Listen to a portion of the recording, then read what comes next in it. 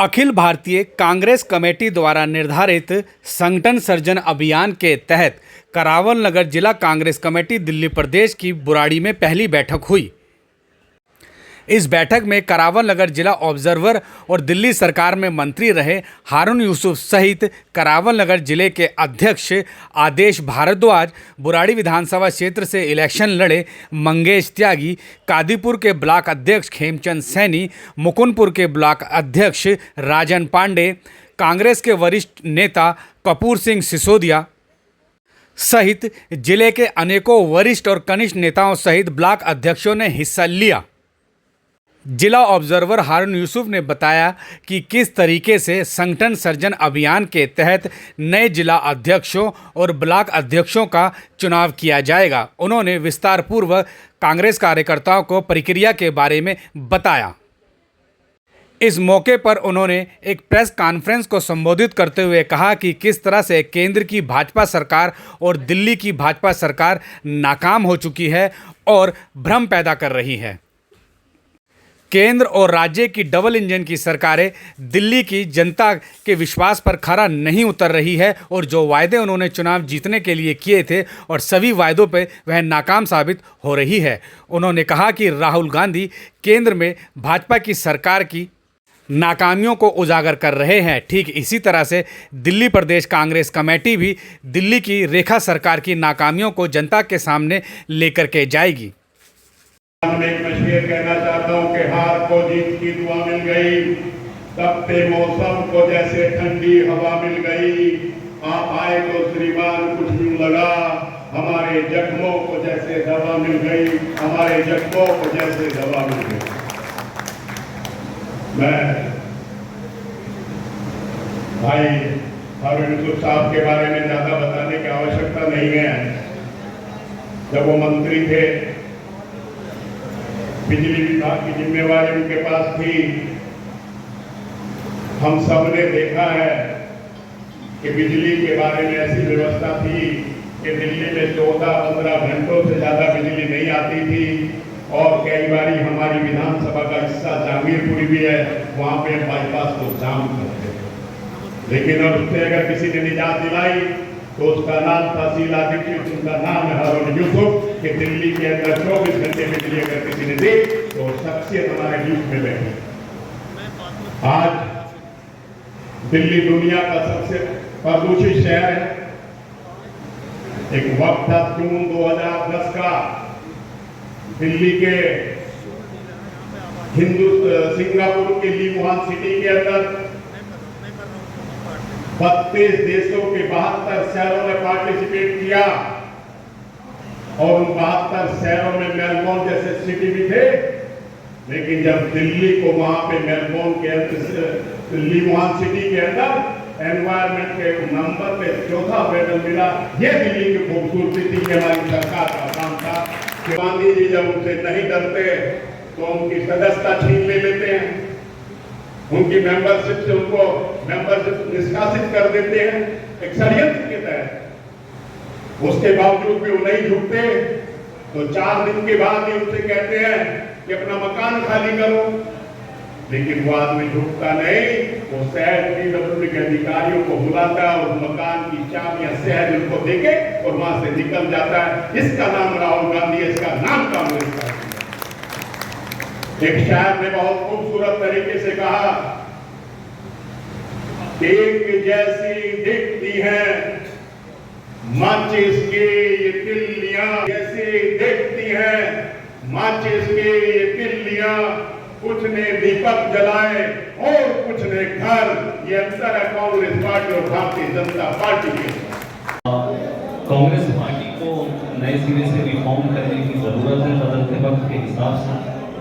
उस working committee में और AICC के सेशन में जिसको बाद में रेक्टिफाई किया चीज़ों को कि जिलाध्यक्षों का एक बड़े लोकतांत्रिक तरीके से चयन किया जाए। उसी चयन की प्रक्रिया में क्योंकि दिल्ली में भी पूरे दिल्ली में संगठन सर्जन का कार्यक्रम हो रहा है। हर जिले में AICC ने ऑब्जर्वर लगाए हैं, PCC के ऑब्जर्वर्स लगाए हैं। सबसे कंसल्ट करने के बाद कांग्रेस पार्टी के पदाधिकारी नेतागण जो हमारे चुनाव लड़े लोग हैं, चाहे वो विधायक लड़े हैं, चाहे सांसद लड़े हैं, चाहे वार्ड लड़े हैं या और निचले स्तर पे लड़े हैं, हमारे जितने भी पदाधिकारी, चाहे ब्लॉक, चाहे मंडल, चाहे बूथ और सिविल सोसाइटी और भी जो लोग हमारे जिलाध्यक्ष के चयन हेतु सुझाव देना चाहते हैं, उनसे हर विधानसभा और ब्लॉक वाइज बारी बारी बात करेंगे, सबकी राय मशवरा लेंगे, सबका प्रतिनिधित्व हो, जिसमें जनरल हो, SC/ST हो, माइनॉरिटी हो, वीमेन हो, OBC हो, सब लोगों को मौका देने के लिए सबसे राय मशवरा किया जाएगा और सबकी राय के बाद एक पैनल हाईकमान को सुझाया जाएगा और एक बड़े फेयर और ट्रांसपेरेंट तरीके से जिलाध्यक्ष के चुनाव करने का ये प्रक्रिया है, इसको हम करते हैं। सर कितने दिन चलेगा ये वाला आपका अभियान और किस तरह से जो है कि आप कार्यकर्ताओं के बीच में जाएगा? ये प्रोसेस हफ्ता से 10 दिन चलेगा। आज हम साथ पूरे जिला के वर्कर्स के नेताओं के साथ बैठ के बात किया। कल से विधानसभा वाइज जाएंगे, विधानसभा में जितने ब्लॉक होंगे उनकी मीटिंग करेंगे, सब लोगों से बात करेंगे और ये प्रोसेस हम उम्मीद करते हैं कि तय समय में पूरा हो। इसके लिए फीस वगैरह भी रखी गई है? नहीं, इसके लिए कोई फीस नहीं है।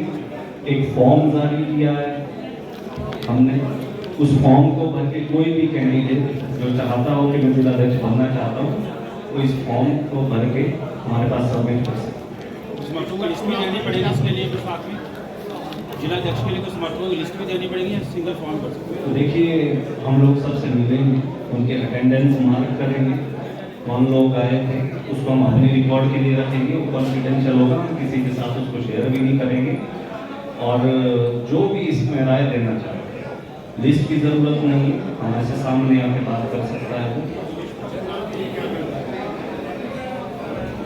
सबसे बड़ी बात है जो ये प्रोसेस है, इसीलिए शुरू कर रहे हैं, सबसे बात करके, सबसे चर्चा करके नाम सुझाव करेंगे और बड़े किसी इसीलिए बाहर के लोगों को, मैं खुद प्रदेश के बाहर का हूँ, माननीय बहुत ही सम्मानित और सीनियर प्रदेश के सीनियर मोस्ट लीडर मैं आदरणीय सुख दिए, ये भी विधानसभा या जिला के नहीं है, वरुण चौधरी जी भी इस जिला के नहीं हैं, जो बाहर के लोग हैं, सब लोगों से कंसल्ट करके एक न्यूट्रल तरीके से इस प्रोसेस को थैंक यू।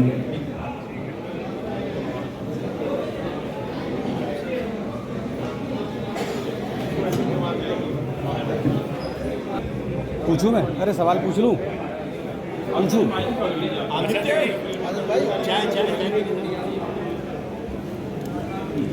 सर, आप दिल्ली में कई बार मंत्री रहे हैं, अभी आप जिस रोड से आए हैं बुराड़ी में, दिल्ली में मंत्री रहे आप पहले, जिस रोड से अभी बुराड़ी में आप आए हैं, आपको क्या लगता है दिल्ली आगे गई या पीछे?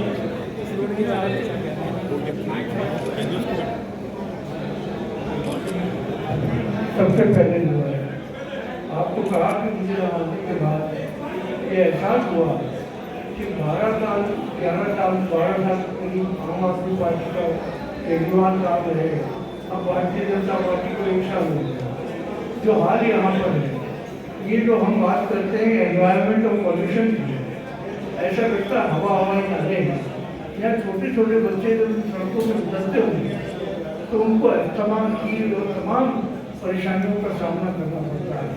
और आजकल तो जिस तरीके से पूरा भारत सरकार और दिल्ली सरकार ढोल बजा रही है, यहाँ आके देख लें कि लोग जिंदगी कैसे जी और यही हाल नहीं है बेशतर लोगों में। क्योंकि मैं परिवहन मंत्री रहा हूँ, मैं हमेशा एक बात करता था कि दिल्ली में पॉल्यूशन गाड़ियों से ज़्यादा डस्ट पॉल्यूशन है, आज 2.5 बात है। और इसी वजह से शीला जी जो हमारी मुख्यमंत्री थी कांग्रेस की, वो जहाँ भी जाते थे या कोई भी मंत्री जाते और वहाँ देखता था कि कहीं कूड़े के ढेर हैं तो तुरंत PWD को ऑर्डर किया जाता है। आज ऐसा लगता है वो पूछने वाला ही नहीं। बिजली की अगर स्ट्रीट लाइट नहीं है तो शीला दीक्षित जी उतरकर BHEL के चीफ को बात करते हैं। मैं समझता हूँ कि जो एहसास है कहीं ना कहीं जो लोगों के प्रति इंसानियत का सलूक करना चाहिए वो नहीं रखा। दिल्ली का बजट सर आया है, इसके बारे में क्या कहना चाहेंगे? दिल्ली का बजट आया, इसके बारे में क्या कहना चाहेंगे? और दिल्ली के जो यूडी मिनिस्टर हैं और उन्होंने जो है कि केजरीवाल का जो शीश महल भी विजिट किया है, इसके बारे में क्या आपकी क्या प्रतिक्रिया? देखिए, केजरीवाल का शीश महल या शराब घोटाला हो, कांग्रेस पार्टी की जिसने बताया था लोगों को। आप कह रहे हो मैं सच्चा ईमानदार आदमी हूँ, 95-98 लाख के पौधे हैं, ये तमाम बातें अभी लोगों ने कही। लेकिन मैं समझता हूँ कि भारतीय जनता पार्टी भी 1 साल निकाल सकती है सिवाय वादे करके। आज जमुना का क्या हाल है? आज जो चंद्रावल का जो वाटर ट्रीटमेंट प्लांट था 4 दिन से बंद पड़ा है, अभी भी पूरी तरीके से नहीं चालू हुआ, पार्टी चालू हुआ। तो अगर जब आप मेंटेनेंस पे ध्यान ही नहीं देंगे, हमारे यहाँ एनुअल मेंटेनेंस होता था तमाम वाटर ट्रीटमेंट प्लांट का, चाहे सोनिया विहार हो, चाहे ओखला हो, चंद्रावल हो, चाहे वजीराबाद हो, लेकिन उस तरह का चेकअप हो चुका है। नहीं तो ये इस तरह की रातों रात आप ऐलान कर रहे हैं कि 4 दिन पानी नहीं आएगा, कहाँ जाएंगे? जो इंदौर में हुआ कि गंदे पानी से लोगों ने जो है अपनी जान गंवानी पड़ी, वही हाल दिल्ली में है। अगर आप जाके चेक करवाएं पानी के साथ तो तकरीबन आधे से ज़्यादा टेम्परेचर। सर मैं समझता हूँ कि सरकार को बजाय इश्तिहारों के और नारों के यही देख रही है दिल्ली 13 साल से, तो मैं समझता हूँ लोगों को ग्राउंड पर काम करना। सर बुराड़ी में कई समस्याएं हैं, बुराड़ी में कई नागरिक समस्याएं हैं। गैस सिलेंडर नहीं मिल पा रहा लोगों को। वो तो कह रहे हैं कि पूरे हिंदुस्तान में कोई चीज की कमी नहीं है। जब कोविड हुआ था और सिलेंडर के लिए लोग अपनी भागते फिर रहे थे, तब भी सरकार ये कह रही थी कि ऑक्सीजन की कमी नहीं है। मुझे आज भी याद है बत्रा हॉस्पिटल के जो डायरेक्टर थे के गुप्ता, उन्होंने मुझे बताया, बोला मैंने अपनी आंखों से 6 पेशेंट को दम तोड़ते हुए देखा और मैं मेरा बेबसी का यह आलम था कि मैं बयान नहीं कर सकता। वही आलम आज है, लोग धक्के खा रहे हैं, लाइनों में लग रहे हैं और आप कह रहे हो कि एलपीजी की कोई कमी नहीं। ढाबे बंद हो गए, गरीब मजदूर जहाँ खाना खाता था आज वो ढाबों से खाना नहीं मिल रहा। सर आज जिस पॉल्यूशन की बात की सरकार करती है, आज फिर चूल्हा जल रहा है, लकड़ियाँ जल रही हैं, कोयला जल रहा है, कहाँ गया वो पॉल्यूशन? मैं समझता हूँ जब ढोंग बहुत हो चुका 13 साल में। सर बुराड़ी में आप बता रहे हैं इतनी समस्याएं हैं और समस्याएं हैं भी, लेकिन इन समस्याओं को उठाने के लिए कांग्रेस कहीं नजर नहीं आ रही। देखिए, हमारी आवाज नहीं सुनी जाती ना। आजकल जब कांग्रेस आवाज उठाती है तो हमारी आवाज नहीं सुनाई देगी। आप जब आप लोगों के लिए बोलोगे आपकी आवाज भी नहीं सुनाई देगी। यहाँ तो ये बात करो कि गुलाबी मौसम में बहुत अच्छा चारों तरफ माहौल है और सब लोग बहुत खुश हैं। अभी जो मैंने बात कही कि हर आदमी उसकी व्यक्तिगत जिंदगी में इतनी टेंशन में है तो उसको ऐसा लगता है कि उसका दिमाग आ रहा है। वो जो खुलापन था जो कांग्रेस ने देश पर 65 साल राज किया और हम राज करने के लिए नहीं आए। हमने जो लड़ाई अंग्रेजों के खिलाफ लड़ी थी, जिस तरीके से अंग्रेजों के टाइम में गरीबों को कोड़े मारे जाते थे या इस तरीके से उन्हें दबाया जाता था, आज भी वो टाइम वापस लौटा है। पैसे वाला ताकतवर है, कानून नहीं है और आज गरीब जो है उसको जीवनी करनी पड़ती। तो मैं समझता हूँ ये तमाम बातों के लिए हम सबको मिलकर, खास तौर पर आप देखिए आज जो ज़्यादातर लोकल चैनल है, आज इन चैनल की वैल्यू बढ़ती जा रही है। लोगों को लगता है कि कोई हमारा दर्द तो दिखा। आप शाम को बैठ जाओ 5 बजे से 9 बजे तक, सब तरफ मौसम गुलाबी दिखेगा, लोगों की समस्याओं की बात नहीं करते। और ऐसे टाइम में, मैं नाम नहीं लूंगा उस चैनल का, ऐसे टाइम में समस्याएं दिखाता जब जनता को, तो मैं समझता हूँ कि आजकल जो मीडिया है वो शायद आप लोग आज निभा रहे हैं। जो भी लोकल चैनल हैं या एरिया के चैनल हैं, दिल्ली के चैनल हैं, मैं समझता हूँ कि वो कम से कम सच्चाई को पहुँचा पा रहे हैं। ये सब बहुत धन्यवाद।